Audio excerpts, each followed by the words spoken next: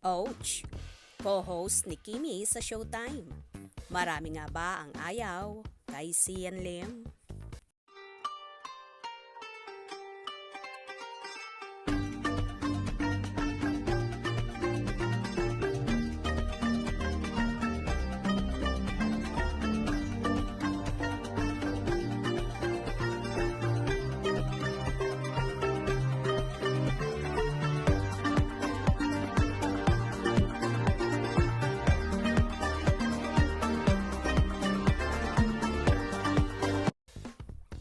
Kung maraming Kimsi fans ang nalulungkot sa napapabalitang hiwalayan ni na Kim Chiu at Sian Lim.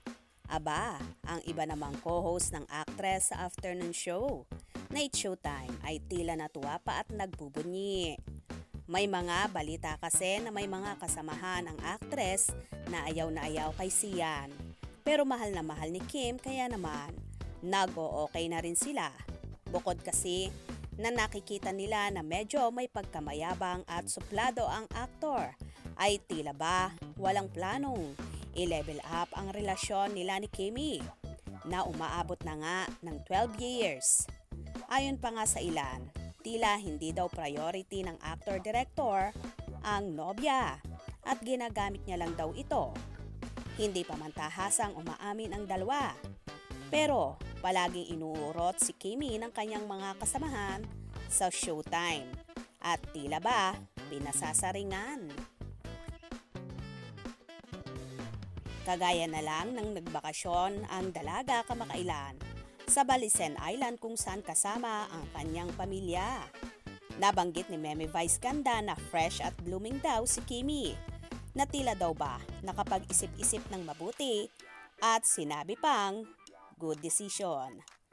Kahit ang singer na si Darren Espanto ay tila marami ang nalalaman sa hiwalayan ng dalawa kung saan kinantahan pa si Kim ng anong nangyari sa ating dalawa na kanta ni Eric Santos. Kaya naman nag-blush si Chinita Princess at tila naibuking nga siya ni Darren ang pinagdaraanan ng dalaga. Kahit si Chang Ami kamakailan ay nabanggit din kay Kim na tama lang ang ginagawa niya sa isang episode ng Showtime. Dito, inokray din ni Vice Ganda si Kim at natanong ang dalaga kung anong kulang sa kanya. Kung saan napahinto pa si Kimi at hindi agad nakapagsalita. Kalaunan ay sinabing usap. Kulang daw siya kapag walang usap. Na tila may gustong ipahiwatig ang dalaga. At nabanggit pa ni Vice Ganda kay Kim. Natanong muli kung sino daw ba ang nagpapangiti ngayon sa dalaga. At sinabi ni Kim na pamilya niya, papa niya. At halos hindi niya masabi ang pangalan ng nobyong si Sian Lim.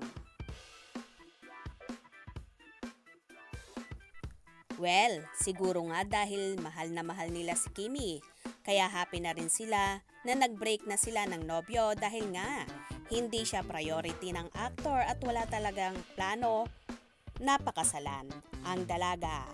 Kaya ang ilan sa kanyang kasamahan sa naturang show ay tila natuwa at nagdiwang din na alam nila na kakayanin lahat ito ni Kimi dahil fighter talaga ang dalaga.